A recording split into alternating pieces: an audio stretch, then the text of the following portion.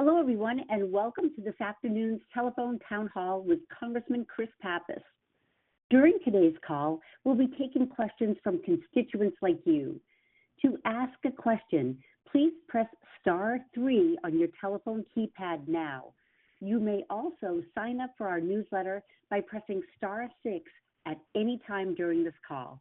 Again, if you would like to ask the Congressman a question, please press *3 on your telephone keypad now or at any time during the call. And if you'd like to subscribe to the Congressman's e-newsletter, you can press *6 on your telephone keypad. With that, without further delay, I'd like to turn it over to Congressman Chris Pappas. Congressman, you are live and the call is yours, sir. Well, thank you very much, and I really appreciate folks joining this call. I think it's an important time to get together and to hear directly from people in New Hampshire about the issues that concern you, the challenges that we face as a nation, and how we can move forward together, hopefully solving problems and getting some things done for New Hampshire and the country. So I sit here in my office in Washington, just finished votes for the day, and really eager to get to some of your questions. Just want to offer some opening comments. Since we're just about a month into the new year and the new term here in Congress, just a few weeks into this new administration, we received our committee assignments. I'll continue to focus some of my attention on issues dealing with New Hampshire veterans, how we can improve care and services for vets, as well as transportation and infrastructure, how we can continue some of the work we've done to bring funding back to New Hampshire that's making our roads and bridges safer and improving transportation systems across the state. I know a lot of you have been reaching out to our office over the last few weeks, and we really appreciate the outreach, and I look forward to hearing some of your thoughts today. Just so you know, you can press *3 at any point during this call, and you'll be connected with a member of our team and added to the queue to ask a question. And your feedback is incredibly important. Look, I think given the political times that we're all living through, we all have differing points of view and approach issues from a different perspective.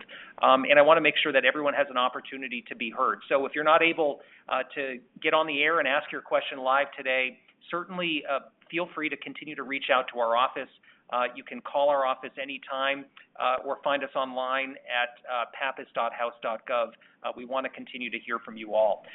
Some of the things that I've been hearing about in New Hampshire, and you've been reaching out to our office in heavy numbers on these issues, include some of the early action we've seen taken by the Trump administration. I want to say how deeply concerned I am with the spending freeze that was put in place within the first few days of President Trump coming back into office.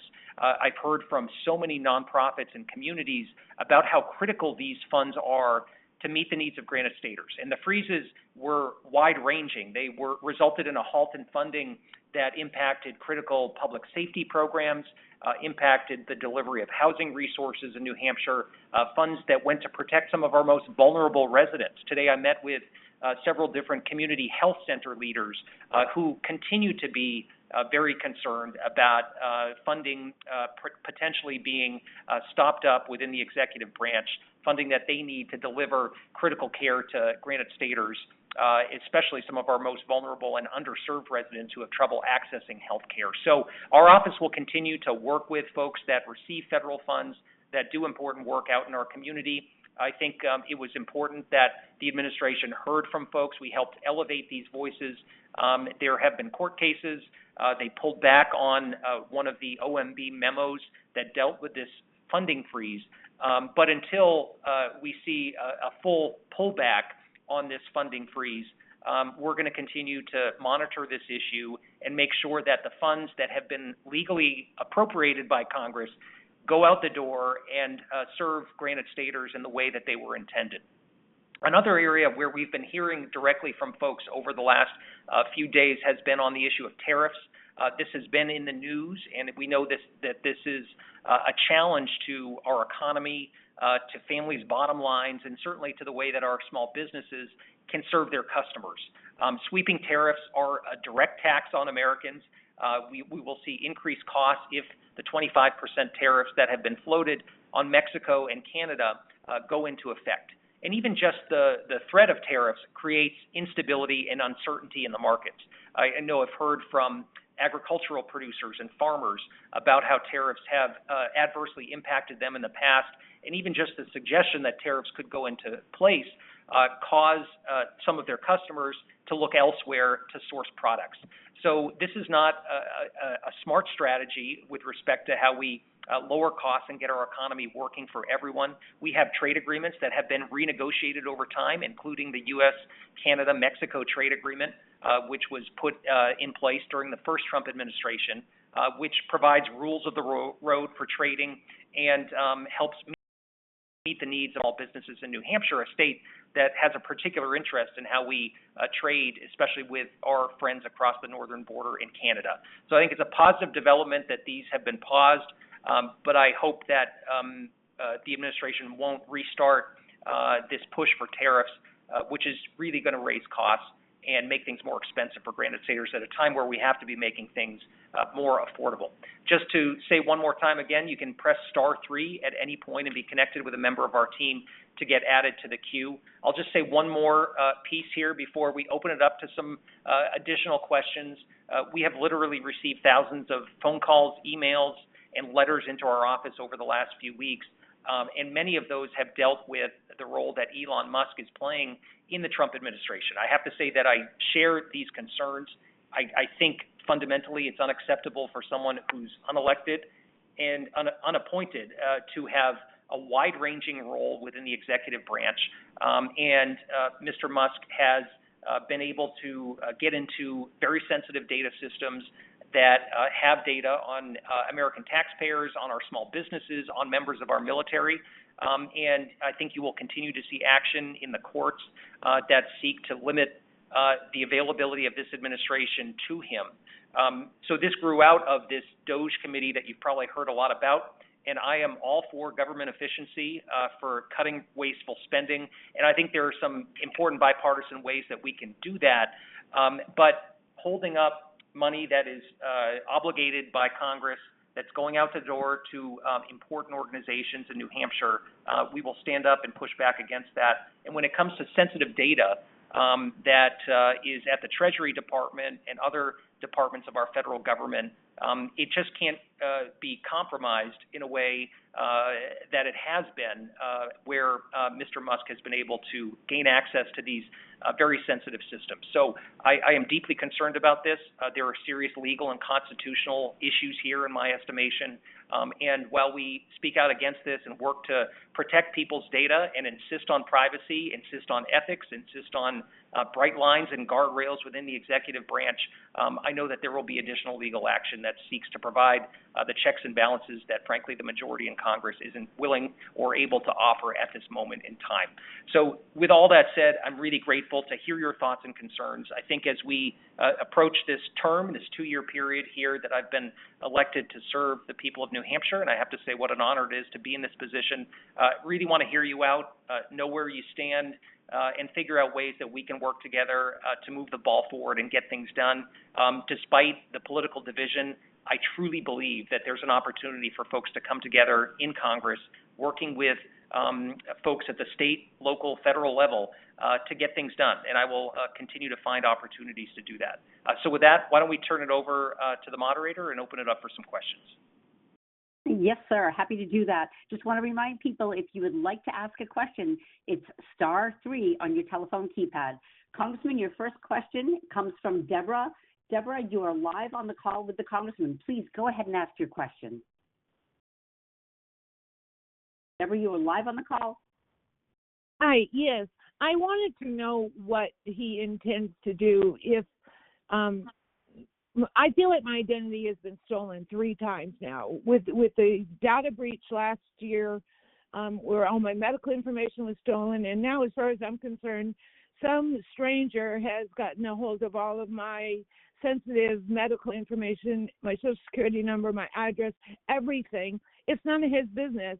And what do you plan on doing if it affects my disability, my Social Security disability, and the help that I do receive, which is very limited, but I do get some help? Thank you. Deborah, thank you, Deborah, for the question. I really appreciate you voicing those concerns, and I know how difficult this can be when your data is compromised, when identity has been stolen by bad actors, that's something that you can live with for a long period of time. The fact is, we're talking about very sensitive systems within our government, Social Security, Medicare, IRS systems that have really specific information about taxpayers, about say small businesses that have contracts with the federal government, members of our military, and that's why we have to take extra precaution to make sure that the people that are dealing with these systems, that are able to get in them, have security clearances and abide by the rules. And so the way that we have heard these news reports of Mr. Musk getting access to these systems is inappropriate. It violates federal law, in my estimation. And again, we are seeing legal action in court to try to stop it. And I'm hopeful that those efforts will continue to prove to be successful. We're going to work on a bipartisan basis to try to find support here in Congress to pass legislation that will protect and safeguard the data privacy of Americans when it comes to these federal systems, and we will continue to, listen to folks. If we can ever be of any assistance to you or anyone else, if you have been the victim of identity theft or feel like your data has been compromised and need to know where to turn for resources, please reach out to our office. You can find us online or give us a call at 603-285-4300. Thank you, Congressman. Our next caller is Annie from Durham. Annie, you are live on the call with the Congressman. Please go ahead. Hi, thank you. Well, I have two questions, and I'm very concerned. First of all, of the freeze of federal funds. My husband works on Meals on Wheels, and according to all the things he tells me, is these people receive this meal. Sometimes it's the only meal they receive. That's one side of the story. The other side is my husband who works there. So I'm very concerned about this freeze is going to happen to stop this program. And what are you doing in order to stop this? And my other is just a comment and something that is in my heart. It's not something related to Granny Stater, but because I'm a U.S. citizen, and I'm a Panamanian. So it's been, oh my goodness, so many lives around in regards to the Panama Canal. And I feel for my family there, they are so scared, thinking of the economy, thinking also in an invasion. Military invasion is a trauma in our minds that happened already in 1989. I was there. I suffered. I'm traumatized, thinking that it's going to happen again. And my family, my elderly parents are there. And every single thing that Mr. Trump is saying are pure lies, and it's affecting a small amount of people. It's a small country with only 4 million people, and to be honest, the way I feel is like the big elephant just who want to step on a mosquito, and it's a horrible feeling. I would like to know, because Jimmy Carter was a Democrat and he fell for Panama, and that's why he signed the treaty. I would like to know if Democrats are going to do something, are planning to do something. You can even go to Panama and see what is going on and how the canal works. It's so bad. Everybody in Panama is stressed, afraid, because he said he doesn't rule out the possibility of the use of military force. That is just a nightmare in our minds, because we already went through that. I would like to know, what are you doing? I would like to invite you and even Republicans to go there and see really how the canal works. Thank you so much for those questions. Let me answer the first one first, which was about the funding freeze and Meals on Wheels. I know these programs well. I've been out on the routes, been to the doors of folks and helped deliver meals. There are so many volunteers that make that program work. And oftentimes, Meals on Wheels is the only interaction some of the clients will have throughout the course of the day. So it's really important, not just from a nutrition perspective for elderly and disabled individuals, but also to make sure that they're connected to society, that there's someone who's checking in on them on a regular basis. And so I'm hopeful that we can continue to defend funding for these programs. We're in touch with Meals on Wheels providers in New Hampshire, and we'll continue to hear directly from them should they run into any issues with respect to their funding. As we think about the second issue that you mentioned, Panama, they're an important ally of the United States, and we should be treating them with the respect that you give to your allies. There's a lot of work that we can do together, including on focusing on the flow of migrants from South America into Central America. They can continue to step up and be a strong partner there. And so we should be negotiating with them and working with them to ensure that they continue to be the kind of partner we need in a variety of different areas, both with respect to immigration as well as making sure that the canal is well resourced, that it's modern, that it's able to facilitate the flow of goods that's critically important to the United States and other trading partners around the world. So you have my commitment to continue to support the bipartisan relationship that has existed for the United States and Panama cooperation that we've seen through the years. I believe that it is essential that continues. I'm hopeful that what we're hearing is a lot of really hot rhetoric from the administration and the president.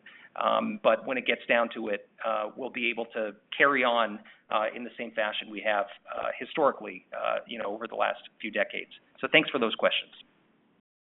Thank you, Congressman. Folks, please remember, if you'd like to ask a question, it's *3 on your telephone keypad.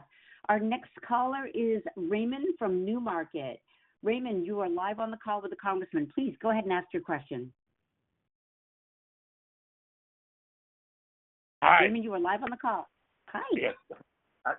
I'd like to know what we as citizens can do about finding out the truth. There's so much rumors, like on social media, on TV, on just with our neighbors. Did you hear this? Did you hear that?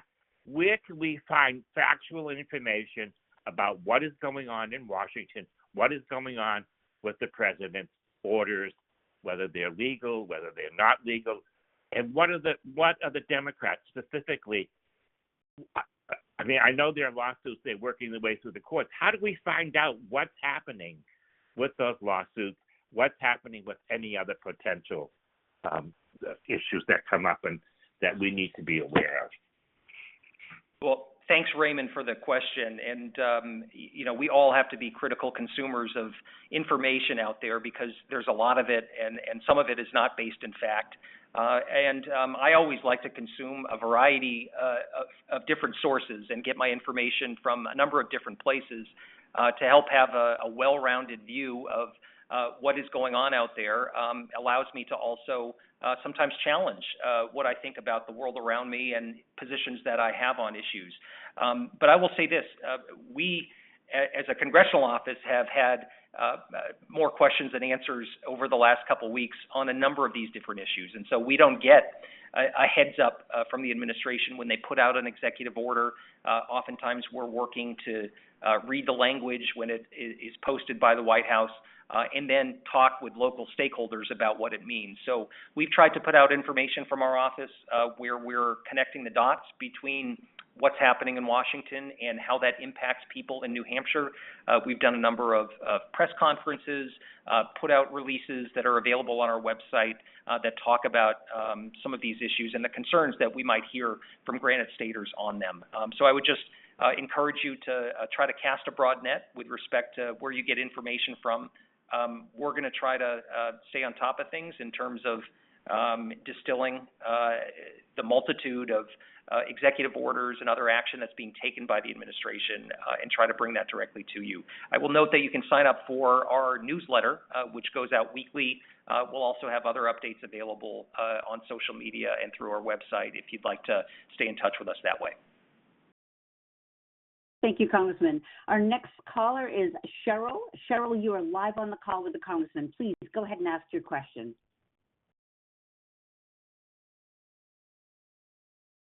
Cheryl, you're live on the call.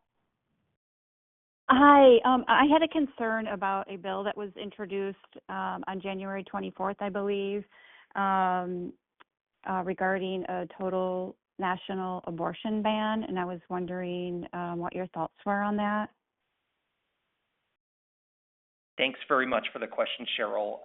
We have seen a number of bills being floated and proposed that would restrict reproductive freedom. And since the Dobbs decision was handed down over 2 years ago now, that has opened the door not just for onerous laws to be passed state by state, but for Congress to take steps and pass legislation that would restrict access to reproductive health care services. I am opposed to restrictive legislation at any level, and certainly will vote against and fight against legislation in Congress.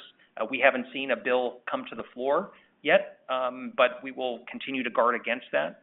I will say the other thing we're thinking about federally is that there is action the administration could take to limit the availability of abortion medication, to restrict the ability of individuals to travel.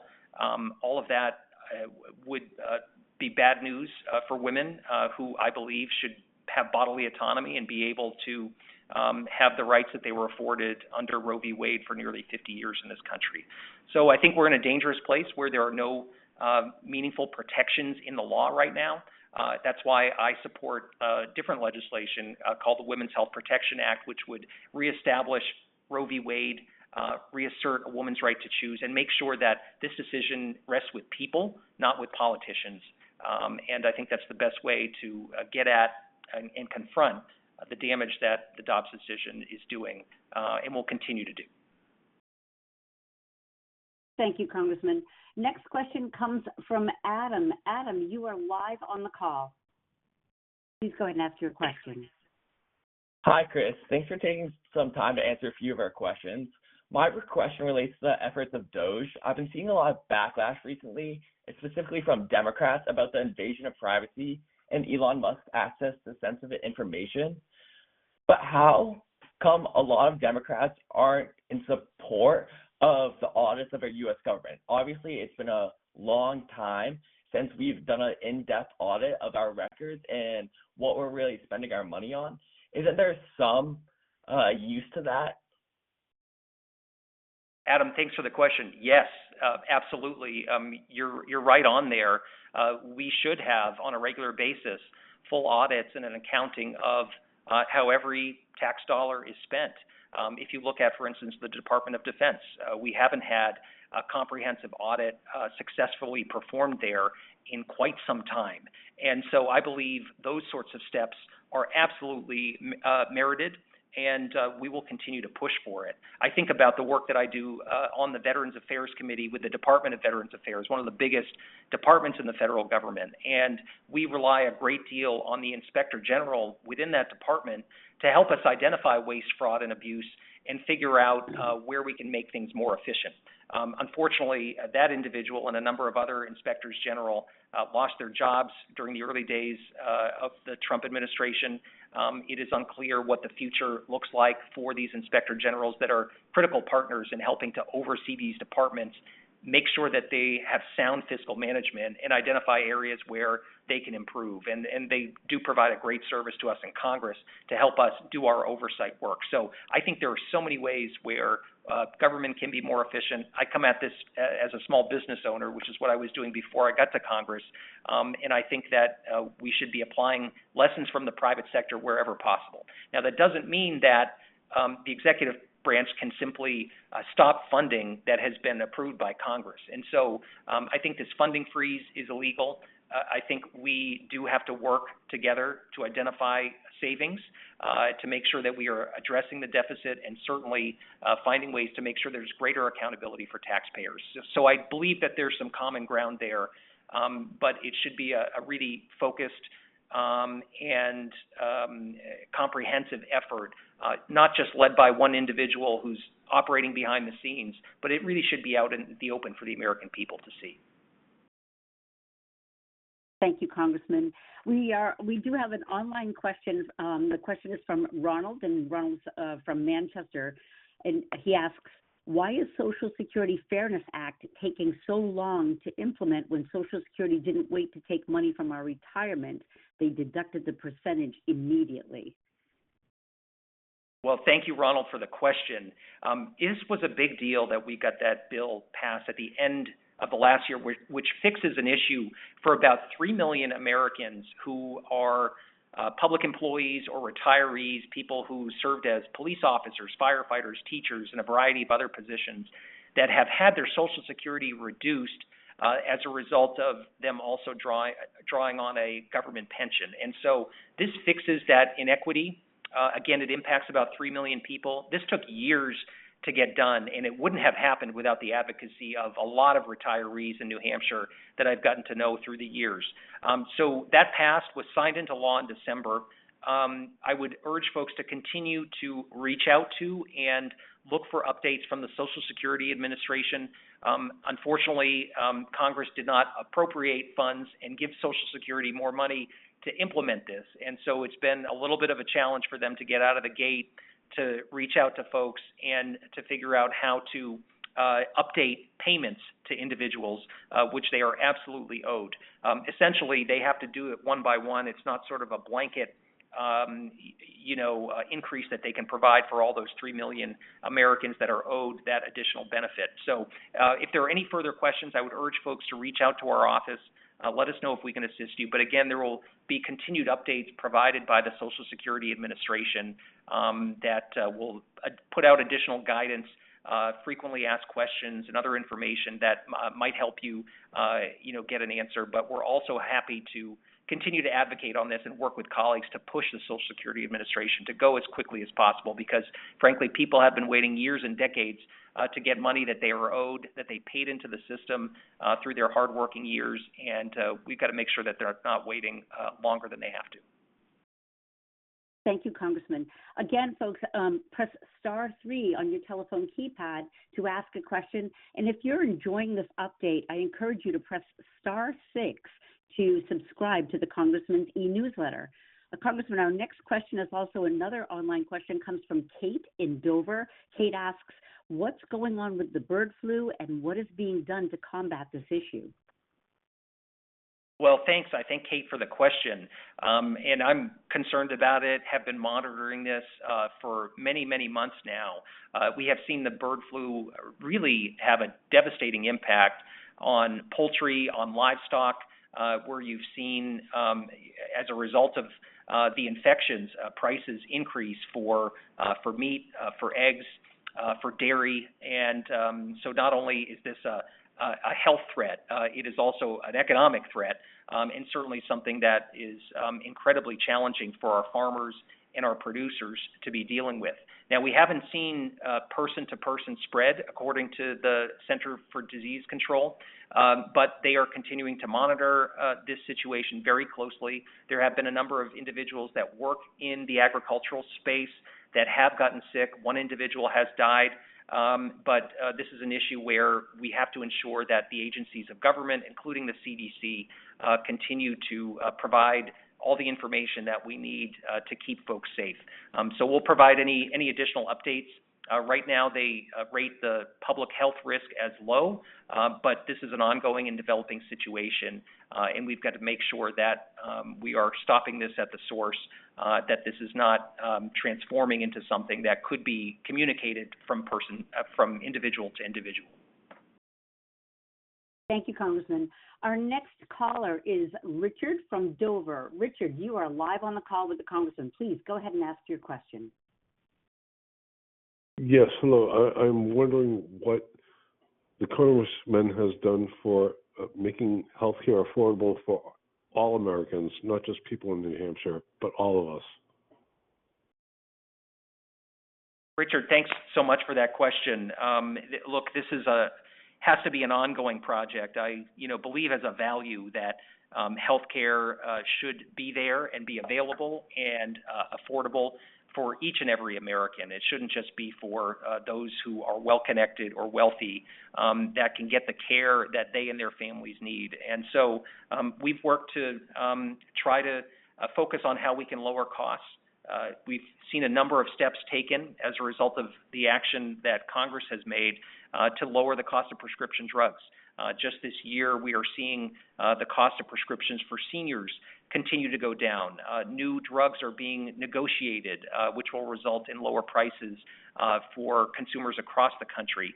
And we've also worked to lower the cost of insulin. And so those steps, I think, are important. They demonstrate a commitment to ensure that some of these drugs, which are medical breakthroughs, get out there to the people that need them, some of whom are suffering from chronic diseases and, really can see an increased quality of life as well as a better off financial situation as a result of the action that we've taken. In addition to that, I believe we should think about additional ways that we enhance Medicare, that we provide for greater access to telehealth. That's something that I hear a lot about in New Hampshire, especially as we have a number of folks living in rural and underserved areas. I work directly with the VA, who has a healthcare footprint within New Hampshire. We've worked to try to bring on more community providers and provide better access for veterans and those that get care through VA. So that's one area where we're thinking about healthcare and how to cast a broader net, make sure that people have access, get the care that they need that is more affordable. We also have to be conscious of the fact that there are those that want to disrupt the way our healthcare system is set up right now, either by repealing the Affordable Care Act or by drastically changing the way that Medicare and Medicaid operate. I'm very concerned about changes that would drive up the cost of healthcare, would reduce the number of people that are covered, because we know that when more people are covered, it's better health for people's health outcomes, but it's better in terms of reducing the cost of care across the healthcare space. So that's something we're going to continue to make sure that we are paying very close attention to in the coming weeks and months as discussions around budget cuts and taxes move forward here in Washington. We shouldn't be doing that on the backs of seniors and individuals who deserve affordable health care in every community across our state. So thanks for that question. Thank you, Congressman. Our next caller is Amanda from Londonderry. Amanda, you are live on the call with the Congressman. Please go ahead and ask your question. Hi, thank you for taking questions. My question for the Congressman is, what is Congress and what are you going to do to protect trans children and their rights with the mental health crisis that we already have in this state? As a mental health nurse, as a parent of a trans child, what is Congress going to do to stop this anti-trans agenda that the president is pushing? I thank you very much for the question. I want you to know, as someone who is a co-chair of the LGBTQ Equality Caucus in Congress, I think about ways every day that we can support all individuals to be themselves and to have the full protections of the law. And so while it looks unlikely that we'll be able to pass it this term, I've been working on legislation called the Equality Act that would add LGBTQ individuals to our nation's civil rights statutes to make sure that regardless of any characteristic, that you can't be discriminated against, that you deserve the same access and availability of housing, of health care, of education that anyone else does. And I think that's an important statement for us to make as a country that is consistent with our values as Americans and consistent with the march toward progress that we've seen throughout the decades and centuries since this nation's very founding. So I think a lot about young people. I know this is an incredibly challenging world to be brought up in, especially when you question your own sort of community and your role in it and whether or not you'll be accepted. And I think that we need to make sure that government isn't putting in place policies that are discriminating against individuals or making life tougher. We know that LGBTQ youth, especially trans youth, have some of the highest rates of suicide, and so providing mental health support is so critical. New Hampshire is way behind at having the resources we need and the providers we need to be able to give the care that our young people from all different walks of life need in the state. And so that's an important initiative that we'll support at the federal level, but we need state partnership and other efforts in communities across the state to be able to fully address. So I thank you for your work and for bringing up your family situation. And we just need to be a country where everyone can be themselves, where people feel supported. And I think it's incumbent on every elected official to not use rhetoric that divides us, that pits Americans against one another. We're better off when everyone can live their truth. We are stronger as a nation, and we get closer to the promise of our founding, which is equal justice under the law. So thank you for raising that issue, and would love to stay in touch with you as we move ahead. Thank you, Congressman. The next question is an online question submitted by Andrew, and Andrew asks, why haven't you voiced your outrage at the wasteful spending of taxpayer dollars on projects in foreign countries? Thank you for the question, Andrew. I think there are always opportunities to find savings, and that's why Congress needs a drastic reform with respect to its appropriations process, how it decides to spend money. But I think the real blunt instrument that this administration is using is not legal, and it's not the way to get at the kind of savings that are going to be consistent with our needs, the needs of our partners and allies, and our national security. And I'll give you an example. The Food for Peace program is one that is incredibly successful. It helps us serve individuals in countries that are going through famine, where kids are experiencing hunger, and it allows our farmers to get paid for their crops, to find new markets. It helps support U.S. maritime interests and make sure that there are more American mariners that are able to transport products to other nations of the world.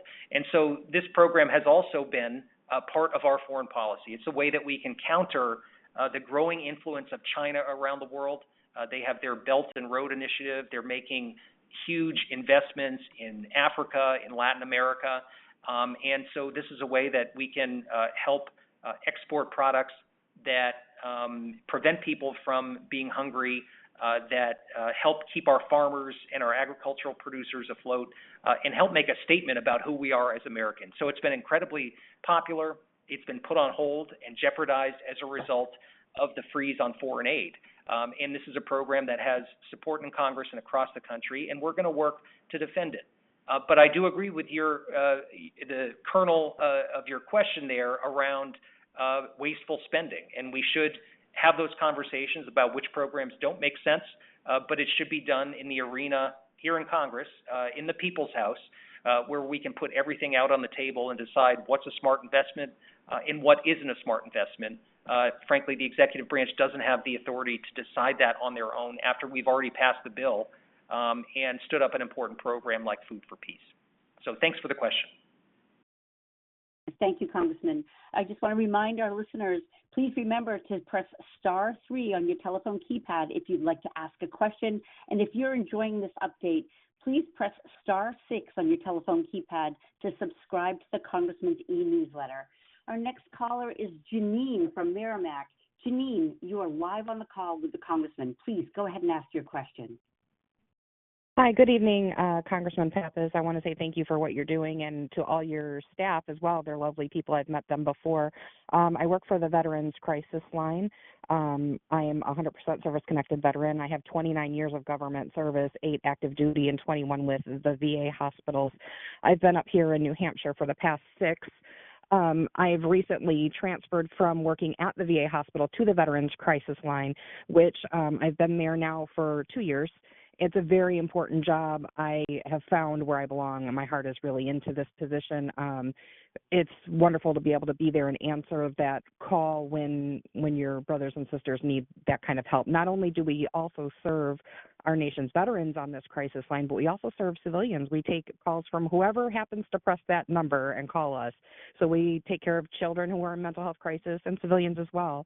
My question is, with the defunding and the return to office orders, we have been receiving emails that our positions are no longer guaranteed.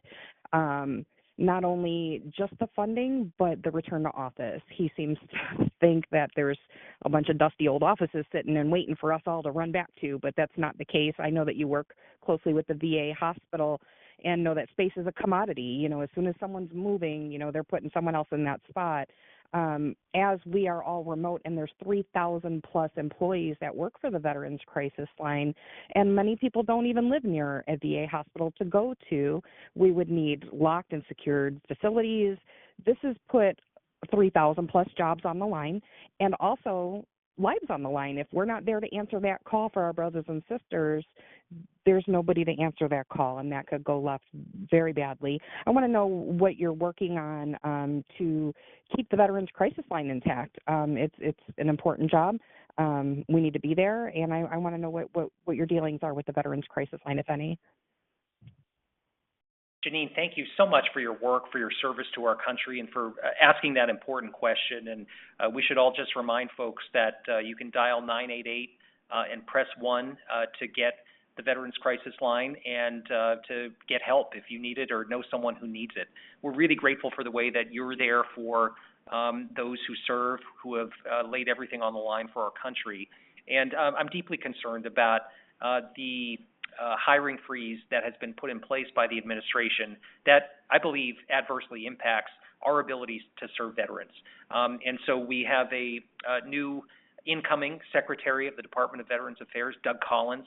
Our committee will get to know him. We will have hearings soon with him. So I will be sure to bring up this very issue with the incoming Secretary. What we're going to be pushing for is a relaxing of that hiring freeze for VA to make sure that we can get folks trained up as nurses, as doctors, as claims processors, as folks who directly assist veterans in a variety of different ways, because the last thing we need as a country is to be nickeling and diming or somehow shortchanging those who have worn the uniform, who we have a lot more work to do to provide the kind of support that is worthy of their sacrifice. So I thank you for the work that you do, for sharing a little bit about the Veterans Crisis Line, and we'll continue to push to provide some relief from this hiring freeze and to provide the kind of funding that VA needs to continue its mission, which continues to increase. We have seen more veterans beginning to use VA care as a result of the PACT Act being put into law, which provides care and benefits for toxic exposed veterans. There are a number of other programs that I hear from veterans on a regular basis about the need to expand. I had a roundtable recently with veterans in Manchester. We talked about the need for greater dental care and mental health care through VA, and to provide for a better customer experience for veterans too, as well as bringing in community partners into VA that can provide the kind of alternative therapies that veterans are increasingly asking for. So there's a lot of work we can do there, but we shouldn't be putting in place roadblocks on the way to assisting veterans. So I'm grateful for what you do, and I'll be sure to follow up on this with the new leadership at VA. Thank you, Congressman. We have another online question, sir. The question comes from Jane, and Jane asks, what are your plans for stopping the fentanyl coming across our northern borders that was allowed by the Biden policies? Jane, thank you for your question. We actually just approved a bill a few hours ago in the House that mirrors legislation that I've introduced around these deadly fentanyl analogs. There is lookalike fentanyl out there that is being pushed by the cartels that seek to get around the regulations that are in place around fentanyl. And we've got to make sure that we have tough regulations, that this is permanently scheduled as the deadly substances that they are, and that we're able to give law enforcement the tools to interdict these drugs. As we know, they are coming through legal border checkpoints. Most of the drugs are coming through our southern border, through legal border checkpoints. We have interdicted an increasing amount of fentanyl that can come through in passenger vehicles, and we know that very small amounts, even a few grains of fentanyl, could be deadly to dozens and dozens of people. So this is a public health threat that we cannot ignore. We all have individuals in our lives that have been impacted by the addiction crisis in New Hampshire. We've lost 100,000 people in the last year to addiction in the United States of America. Many of those deaths are connected to fentanyl. And so we've got to get tough with the cartels. We have to work with partners around the world to stop the supply chain of fentanyl. We also have to work on the demand side by providing the kind of care and support that individuals need in our communities. There have been a lot of steps forward to create new doorways and new opportunities for people to get access to treatment and recovery services in New Hampshire. That's incredibly important. And so it is a supply and demand problem. We have to be as tough as possible on fentanyl. These drugs are highly deadly, and one death is too many, but we are experiencing a crisis now of epic proportions, and we've got to make sure that we're keeping America safe. Another step I'll mention is the technology we need at border checkpoints. I mentioned that most of the fentanyl is coming through in passenger vehicles, tucked away. We've got to have the best, most modern equipment set up at these border checkpoints. There's new equipment that Customs and Border Protection could be deploying. They need additional funding to get these machines out there, and there's no excuse for any delay here. So I'm working on legislation in Congress that will not only help fix a broken immigration system, but will provide for greater border security, including the kind of technology that can stop fentanyl from coming in. We owe it to our families and all those who are struggling with addiction or who have lost a loved one. Enough is enough. And now is the time to deploy that kind of technology that can keep Americans safe and save lives. Thank you, Congressman. Our next caller is Laura from Manchester. Laura, you are live on the call with the Congressman. Please go ahead and ask your question. Hi, Congressman Pappas. Lara Quiroga from Manchester. Thank you so much for all that you're doing. I'm worried that the executive orders and other deleterious actions coming out of the current administration are distracting us from advocating for the regular budget items that are critical to the health and well-being of Granite State businesses and residents. Can you tell us what's happening right now with the continuing resolution and budget negotiations? Laura, thanks very much for your question. I appreciate it. And this is another something that causes me to scratch my head, how we go from one manufactured crisis to the next one within the halls of Congress. We should have had an end-of-year budget deal done. Unfortunately, it fell apart at the 11th hour in the month of December, just before the holidays. But now we have another deadline coming up on March 14th. And if nothing is done, the government shuts down. And so you've heard this before. This play has been run before. There are actually some people in Washington that believe this is some sort of leverage that they can exert on the institution, some sort of tactic that they want to deploy to get their way politically. But it's no way to run a government, and we're going to continue to work to provide the kind of stable funding that we need in a variety of areas, whether that is healthcare, education, a number of other critical programs.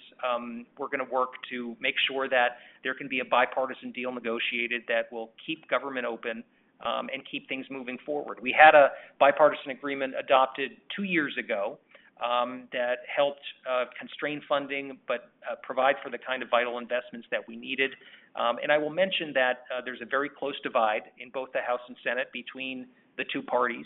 In the House of Representatives, the majority literally hinges on just one or two members. And so in that sort of environment, you can play to the extremes, or you can decide to come together and work together on a bipartisan basis. That's the only way we're going to get a deal on government funding, a deal on immigration, a deal on a number of other pressing priorities that we have to own up to as a nation. And so I want to be part of that functional majority in the House of Representatives. I want to be working with my colleagues to resolve the threat of a government shutdown.